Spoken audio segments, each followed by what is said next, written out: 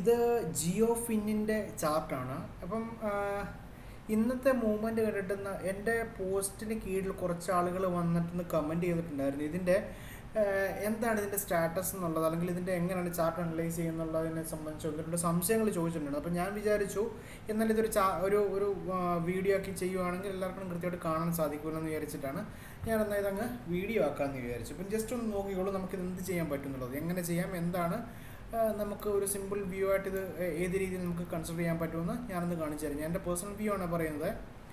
ഇത് ഇപ്പോൾ ഇത്രയും ചാർട്ടുള്ള ഇത്രയും ക്യാൻഡിൽസ് ഉള്ളതുകൊണ്ട് ഞാനൊരു കാര്യം ചെയ്യണം, ഞാൻ നേരെ ഇതിനെ മന്ത്ലി ചാർട്ടിലേക്ക് മാറ്റുകയാണ്. മന്ത്ലി ചാർട്ടിലേക്ക് മാറ്റിയിട്ട് ഞാൻ ജസ്റ്റ് നിങ്ങളൊന്ന് നോക്കിക്കണം, ഞാനത് അനലൈസ് ചെയ്യുന്ന ഏത് രീതിയിലാണ് നിങ്ങളൊന്ന് ജസ്റ്റ് നോക്കൂ.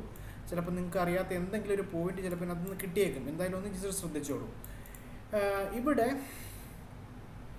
നമുക്ക് ഇപ്പോൾ ഈ മന്ത്ലി ചാർട്ടിലേക്ക് മാറ്റാൻ നേരത്ത് കഴിഞ്ഞ ഓഗസ്റ്റിലാണ് ഇത് ലിസ്റ്റ് ചെയ്തത്, ഓഗസ്റ്റ് 23, 2023. അപ്പോൾ അധികം ചാർട്ടുകളൊന്നും മീൻസ് ക്യാൻഡിലുകളൊന്നും കാണില്ല മന്ത്ലി ചാർട്ട് ആയതുകൊണ്ട്. ഞാൻ ക്യാൻഡിലുകൾ കുറവായതുകൊണ്ട് തന്നെ ഞാൻ ഇവിടെ ജസ്റ്റ് ഒരു സപ്പോർട്ട് ആൻഡ് റെസിസ്റ്റൻസ് എങ്ങനെ നമുക്ക് ഹോറിസോണ്ടൽ അല്ലെങ്കിൽ ട്രെൻഡ് ലൈൻ വെച്ചിട്ട് എങ്ങനെ കിട്ടുമെന്ന് ഞാൻ നോക്കാൻ പോവാണ്. ഞാൻ ഇവിടെ ചെറിയൊരു സപ്പോർട്ട് എങ്ങനെ വരയ്ക്കാൻ പറ്റുമെന്നാണ് ഞാൻ നോക്കുന്നത്. അതായത് ഞാൻ ഇവിടെ വരയ്ക്കാൻ എന്താണ് കാരണം എന്താണെന്ന് വെച്ച് കഴിഞ്ഞാൽ നിങ്ങൾക്ക് കൃത്യമായിട്ട് മനസ്സിലാവും. ഇവിടെ ഒരു റിവേഴ്സൽ വന്നിട്ടുണ്ട്. സോ എനിക്ക് വാലിഡായിട്ട് വരും. ഇവിടെ ക്യാൻഡിൽ റിവേഴ്സ് ആയിട്ടുണ്ട്, അപ്പോൾ എനിക്കിതൊരു വാലിഡാണ്. ഇവിടെ ക്യാൻഡിൽ റിവേഴ്സ്ഡാണ്, ഇവിടെ ക്യാൻഡിൽ ഇതുമായിട്ട് ടച്ച് ചെയ്യുന്നുണ്ട്. സോ ഞാൻ ഇതിനെല്ലാം കൂടെ കൂട്ടി ബന്ധിപ്പിച്ചുകൊണ്ട് ഞാനിവിടെ ഒരു സപ്പോർട്ട് സോണാക്കി ഞാനിവിടെ വരച്ചു. അതുപോലെ തന്നെ ഇവിടെ ഞാൻ കൊണ്ടുവന്ന് ഒരു റെസിസ്റ്റൻസ് സോൺ ഞാൻ വരച്ചു. ഇങ്ങനെ എടുത്ത് നേരെ ഇവിടെ കൊണ്ടുവച്ച് വരച്ചിട്ട് ഇവിടെയും ഈ പറയുന്ന പോലെ ഇവിടെ ഒരു ടച്ച് ഉണ്ട്, ഇവിടെ ഒരു ടച്ച് ഉണ്ട്. അപ്പോൾ ഈ ഒരു ഭാഗത്തെ മൊത്തത്തിൽ ഞാൻ ഒറ്റ സോണാക്കി ഞാൻ മാർക്ക് ചെയ്തു. അതുപോലെ തന്നെ നമുക്കൊന്ന് ശ്രദ്ധിച്ച് നോക്കിയാൽ മനസ്സിലാകും. ഇതിൻ്റെ ഈ ഒരു മേഖല കണ്ടോ, ഇവിടെയും നമുക്കൊരു ചെറിയ റെസിസ്റ്റൻസ് ഉണ്ട്. കാരണം എന്താണെന്ന് വെച്ച് കഴിഞ്ഞാൽ നിങ്ങൾക്ക് മനസ്സിലാവും. ഇതിൻ്റെ ഇവിടെ വന്നിട്ട് ഈ ക്യാൻഡിൽ ഇവിടെ ഒരു റിവേഴ്സൽ തന്നിട്ടുണ്ട്, ഇവിടെ തട്ടി താഴെ നിൽക്കുകയാണ്. അതുപോലെ തന്നെ മുകളിൽ നിന്ന് വന്ന ക്യാൻഡിൽ ഈ ഒരു പരിസരത്ത് വന്ന് ഇവിടെ അടിച്ചിട്ട് നേരെ തിരിച്ച് കയറി പോയിട്ടുണ്ട്.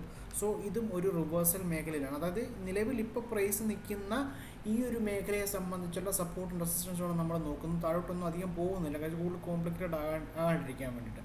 എന്നിട്ട് നമുക്ക് ഇതിൻ്റെ ആക്യുറസി ഒന്ന് നോക്കാൻ വേണ്ടി നേരെ തൊട്ട് താഴത്തെ ടൈം ഫ്രെയിം ആയിട്ടുള്ള വീക്ക്ലിയിലേക്ക് ഞാൻ മാറ്റുകയാണ്. നിങ്ങൾ നോക്കിയേ എത്ര പെർഫെക്റ്റ് ആയിട്ട് ഇപ്പോൾ നിൽക്കുന്നത് നോക്കിയേ. ഇവിടെ നമുക്ക് കൃത്യമായിട്ട് കാണാൻ സാധിക്കുന്നുണ്ടല്ലോ, നമ്മൾ വരച്ചത് കറക്റ്റ് അല്ല. അതായത് ഇവിടെ കയറി വന്നിട്ട് ഇവിടെ നേരെ തിരിച്ചിറങ്ങി, അതുപോലെ തന്നെ ഇവിടെ വന്നിട്ട് ഇവിടെ നിന്ന് നേരെ തിരിച്ചിറങ്ങി. സോ നമുക്ക് ഈ ഏരിയയെ കംപ്ലീറ്റ് ഒരു സപ്പോർട്ട് സോണായിട്ടും ഇവിടെ ഒരു ഏരിയ റെസിസ്റ്റൻസ് സോണായിട്ടും നമുക്ക് ഇപ്പം നിലവിൽ കിട്ടിയിട്ടുണ്ട്. അതിനുശേഷം ഞാനിതിനെ ജസ്റ്റ് ഒരു ട്രെൻഡ് ലൈൻ ഒന്ന് വരയ്ക്കാൻ ശ്രമിക്കുകയാണ്. ഇവിടെ നമ്മൾ ട്രെൻഡ് ലൈൻ ഒന്ന് വരയ്ക്കുകയാണ്. ഞാൻ നേരെ ടൂൾ എടുത്തിട്ട് വിക്ക് ടു വിക്ക് ഞാൻ ബന്ധിപ്പിച്ചുകൊണ്ട് ഒറ്റ ഒരു ട്രെൻഡ് ലൈൻ വരയ്ക്കാൻ പോവാണ്. ഇവിടെ വന്നിട്ട്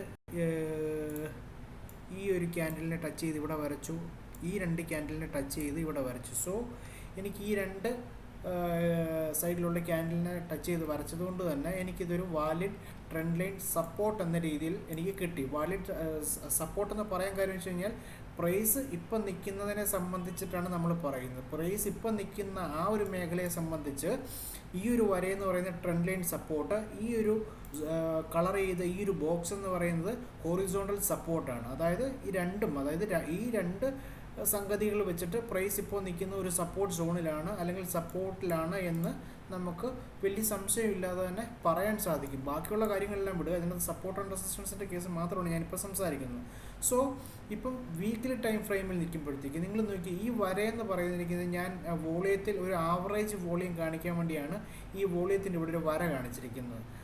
ഇപ്പം ഇന്നത്തെ വീക്കിലേക്കുണ്ട്, അതായത് ഈ വീക്കിലെ വോളിയത്തെ അടിസ്ഥാനമാക്കി നോക്കിക്കഴിഞ്ഞെങ്കിൽ ഈ വര കണ്ടു കഴിഞ്ഞാൽ മനസ്സിലാവും. വരയ്ക്ക് നേരെ മുകളിലാണ് ഈ റെഡ് ക്യാൻഡിൽ നിൽക്കുന്നത്. സോ ഈ ആഴ്ചയിലത്തെ ടോട്ടൽ വോളിയം അനുസരിച്ച് സെല്ലേഴ്സാണ് അല്പം ഡോമിനേറ്റ് ചെയ്ത് നിൽക്കുന്നത്. ഈ ഒരു സ്റ്റോക്കിൽ സെല്ലേഴ്സ് ഡോമിനേറ്റ് ചെയ്ത് നിൽക്കുകയാണ്.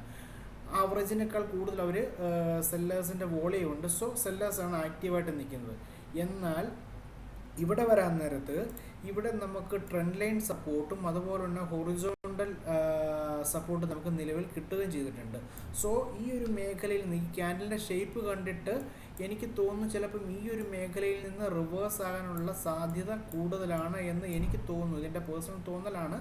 പക്ഷെ എങ്കിൽ പോലും അത് എനിക്ക് തോന്നുന്നു അത് റിവേഴ്സ്ഡ് ആകുമെന്ന്. കാരണം എന്താ വെച്ചാൽ ഇപ്പം ഓൾറെഡി ജിയോ കഴിഞ്ഞ ദിവസം ഒരു പേയ്മെൻറ്റ് ബാങ്കിൻ്റെ എന്തോ സംബന്ധിച്ച ഒരു ന്യൂസും കാര്യങ്ങളൊക്കെ വന്നിട്ടുണ്ട്. അപ്പം ആ ഒരു ന്യൂസിനെ കൂടെ ബന്ധിപ്പിച്ച് നോക്കാൻ നേരത്ത് ഇത് കയറി പോകാനുള്ള സാധ്യത. അതുപോലെ തന്നെ ഇപ്പോൾ ഈ നീല വര വരച്ചിരിക്കുന്നത് ഇപ്പോൾ പ്രൈസ് നിൽക്കുന്നതിനെ സംബന്ധിച്ച് ആ ഒരു നിൽക്കുന്ന ആ സ്ഥലത്തെ സംബന്ധിച്ച് ഈ നീല വര എന്ന് പറയുന്ന ഒരു റെസിസ്റ്റൻസ് ആണ്. ഈ റെസിസ്റ്റൻസിനെ ബ്രേക്ക് ചെയ്ത് ഇതിന് തൊട്ട് മുകളിലായിട്ട് ഇവിടെ ഒരു ക്ലോസിങ് കിട്ടുകയാണെങ്കിൽ, ഇതിന് വരയ്ക്ക് തൊട്ട് മുകളിലായിട്ടൊരു ക്ലോസിങ് കിട്ടുകയാണെങ്കിൽ ഈ സ്റ്റോക്കിങ് നേരെ മുകളിൽ കയറിപ്പോയി അത്യാവശ്യം ഈ ഒരു റെസിസ്റ്റൻസ് സോൺ വരെ കയറി വരാമെന്നാണ് എനിക്ക് തോന്നുന്നത്. അങ്ങനെ കയറി വരികയാണെങ്കിൽ പ്രൈസ് ഇപ്പം നിൽക്കുന്ന ആ ഒരു സ്ഥലത്തു നിന്ന് നേരെ ഏകദേശം ഒരു 10% എങ്കിലും, 11% വേണ്ട, 11 നമുക്ക് നോക്കണ്ട, നമുക്കൊരു 10% അല്ലെങ്കിൽ നമുക്കിപ്പം വരച്ചിരിക്കുന്ന റെസിസ്റ്റൻസ് സോണിൻ്റെ നേരെ തൊട്ട് താഴെ ആക്കുകയാണെങ്കിൽ നമുക്ക് 10% അവിടെ തന്നെ ഒരു പ്രോഫിറ്റിനുള്ള സാധ്യത അവിടെ നിൽക്കുന്നുണ്ട്. വീണ്ടും ഞാൻ പറയുന്നു,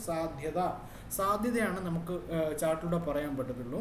അപ്പോൾ പ്രൈസ് ഇപ്പം നിൽക്കുന്ന ആ ഒരു നീല വരെ ക്രോസ് ചെയ്ത് മുകളിൽ ഒരു ക്രോസിങ് കിട്ടുവാണെങ്കിൽ വിത്ത് വോളിയം, ഞാൻ ആ വോളിയം മുമ്പേ പറഞ്ഞില്ല എന്നുള്ളതേ ഉള്ളൂ, ഒരു വോളിയം കിട്ടുകയാണെങ്കിൽ, അതായത് ഇവിടെ ഒരു വോളിയത്തിൻ്റെ അവിടെ ഒരു ഗ്രീൻ ക്യാൻഡിൽ, ഇതുപോലത്തെ ഒരു ഗ്രീൻ ക്യാൻഡിൽ ഇവിടെ വരികയാണെങ്കിൽ അത് വരണമെന്നുണ്ടെങ്കിൽ അതിൻ്റെ കേസാണ് ഞാൻ പറഞ്ഞത്. ഇപ്പം ജിയോയുടെ പുതിയ പേയ്മെൻറ്റ് ബാങ്കിൻ്റെ ഒരു ന്യൂസൊക്കെ വന്നുകൊണ്ട് ചിലപ്പോൾ ഒരു അടുത്ത ആഴ്ചയിൽ ഒരു ബൈയിങ് വോളിയം കയറി വന്ന് ഇതിനെ ക്രോസ് ചെയ്ത് മുകളിൽ ഒരു ക്യാൻഡിൽ വന്നു കഴിഞ്ഞാൽ നമുക്ക് ഈ വരയുടെ തൊട്ട് മുകളിൽ നിന്ന് അടുത്ത ഒരു റെസിസ്റ്റൻസ് വരെ നമുക്കൊരു 10% നമുക്ക് കിട്ടാൻ സാധ്യതയുണ്ട്. സോ നമുക്കിവിടെ ഒന്ന് വാച്ച് ലിസ്റ്റിലേക്ക് ഇടുന്നതുകൊണ്ട് വേറെ തെറ്റുകളൊന്നും ഇല്ല എന്നുള്ളതാണ് എൻ്റെ ഒരു അഭിപ്രായം. ഇപ്പം നമ്മൾ നിൽക്കുന്ന വീക്കിലി ചാർട്ടാണ്. നേരെ നമ്മൾ ഡെയിലി ചാർട്ടിലേക്ക് മാറ്റുകയാണെങ്കിൽ നിങ്ങൾക്ക് വേറൊരു രസം കൂടെ കാണാം. ഇത് നോക്കിയേ, ഇന്നത്തെ വീക്കിലി ചാർട്ടിന് ഡെയിലി ചാർട്ടിലേക്ക് വരാൻ നേരത്ത് നമ്മൾ ഇത്രയും നേരം നോക്കിയപ്പോഴത്തേക്കും ഇവിടെ വീക്കിലി ചാർട്ടിൽ നമുക്കൊരു സെല്ലിംഗ് വോളിയം ആയിരുന്നു കണ്ടിരുന്നത്. പക്ഷേ ഇവിടെ വന്നപ്പോൾ നോക്കിയേ, ഡെയിലി ക്യാൻഡിൽ വന്നപ്പോഴത്തേക്കും ഡെയിലി ഇന്നത്തെ ദിവസം 29 തീയതി ഇന്നത്തെ ദിവസത്തെ വോളിയം നോക്കി ആവറേജിന് മുകളിലാണ് വോളിയം വന്നിരിക്കുന്നത്. ഏകദേശം 33 മില്യനാണ് ഇന്നത്തെ ബൈയിങ് വോളിയം വന്നിരിക്കുന്നത്. ബാക്കിയുള്ള എല്ലാ ദിവസങ്ങളിലും 8 മില്യൺ 18 മില്യൺ. നിങ്ങൾക്ക് ഇവിടെ നോക്കിയാൽ മനസ്സിലാവും, ഈ ഒരു സ്ഥലത്ത് നോക്കിയാൽ മനസ്സിലാവും 8 മില്യൺ 12 മില്യൺ 13 മില്യൺ 7 മില്യൺ ഒക്കെയാണ് നമുക്ക് വോളിയം വന്നിരിക്കുന്നത്. പക്ഷേ ഇന്നത്തെ ബൈയിങ് വോളിയം നോക്കിയാൽ 33 മില്യനാണ് വന്നിരിക്കുന്നത്. സോ എനിക്ക് തോന്നുന്നു ഇത്രയും വോളിയം ഇവിടെ കാണിച്ചുകൊണ്ട് നാളെയും ഇവിടുന്ന് ഒരു റിവേഴ്സൽ ഉണ്ടാകാനുള്ള, അല്ലെങ്കിൽ ഇവിടുന്ന് ഒരു ബൈയിങ് വോളിയം കയറാനുള്ള സാധ്യതയാണ് എനിക്ക് തോന്നുന്നത്. അതുകൊണ്ടാണ് ഞാൻ ഇന്ന് എൻ്റെ ഒരു പോസ്റ്റിന് കീഴിൽ ആരോ ഒരാൾ കമൻറ്റ് ചോദിച്ചപ്പോഴത്തേക്കും ഞാൻ പറഞ്ഞത് ഒരു റിവേഴ്സൽ ഉണ്ടാകാനുള്ള സാധ്യത കൂടുതലാണ് എന്ന് ഞാൻ പറഞ്ഞത്. അപ്പോൾ അവർക്ക് ഈ പോസ്റ്റ് വായിച്ചവർക്ക് ചെറിയൊരു സംശയം, ഞാൻ എന്തുകൊണ്ടാണ് അങ്ങനെ പറഞ്ഞതെന്നുള്ളത്. എൻ്റെ വ്യൂ ഇതാണ്, എൻ്റെ പേഴ്സണൽ വ്യൂ ഇതാണ്. ഇത്രയും വോളിയം ഇവിടെ കാണിച്ചിട്ടുണ്ട്. അത് മാത്രമല്ല ട്രെൻഡ് ലൈനിൻ്റെ സപ്പോർട്ടും എനിക്കിവിടെ, അത് ഹൊറിസോണ്ടൽ സപ്പോർട്ട് ഇവിടെ ഉണ്ട്, അതുപോലെ ട്രെൻഡ് ലൈനിൻ്റെ സപ്പോർട്ട് ഇവിടെ ഉള്ളതുകൊണ്ട് തന്നെ എനിക്ക് പ്രതീക്ഷയുണ്ട് ഈ ഒരു മേഖലയിൽ നിന്ന് മുകളിലേക്ക് കയറും എന്നുള്ളതാണ് എൻ്റെ ഒരു തോന്നൽ. അതുപോലെ തന്നെ ഞാൻ മുമ്പേ പറഞ്ഞ പോലെ തന്നെ ഈ നീല ലൈൻ ക്രോസ് ചെയ്ത് തൊട്ട് മുകളിൽ വന്നെങ്കിൽ മാത്രമേ നമുക്കവിടെ ഒരു ബൈ ചെയ്യാൻ വേണ്ടിയുള്ളൂ, അല്ലെങ്കിൽ എൻ്റെ ഒരു ബൈയിങ് സെറ്റപ്പ് അനുസരിച്ച് എൻ്റെ ബൈ എൻട്രി അവിടെ ട്രിഗർ ആകത്തുള്ളൂ. സോ നമുക്ക് ഈ ഒരു വരയെ ക്രോസ് ചെയ്യുന്നതിനും വരെ നമുക്ക് നിൽക്കാം, നമുക്ക് വെയിറ്റ് ചെയ്ത് നിൽക്കാം. കാരണം ഈ വര എന്തുകൊണ്ടാണ് വരച്ചതെന്ന് ഞാൻ ഓൾറെഡി എല്ലായിടത്തും നേരത്തെ കാണിച്ചു തന്നതിന് കാരണം ഇവിടെ കാര്യമായിട്ടുള്ള റിവേഴ്സലുകൾ വന്നിട്ടുണ്ട്. സോ ഇതിനെ നമുക്കൊരു നല്ല ഒരു റെസിസ്റ്റൻസ് പോയിൻ്റായിട്ട് വേണം നമുക്ക് നിലവിലത്തെ സാഹചര്യത്തിൽ കണക്കാക്കാം. അപ്പോൾ നമുക്ക് ഈ ഒരു വരയെ ക്രോസ് ചെയ്ത് ഒരു ക്യാൻഡിൽ കിട്ടുന്നതിനോടൊപ്പം തന്നെ ഒരു വോളിയം കൂടി ഇവിടെ ഉണ്ടായെങ്കിൽ കുശാലായി. Okay, then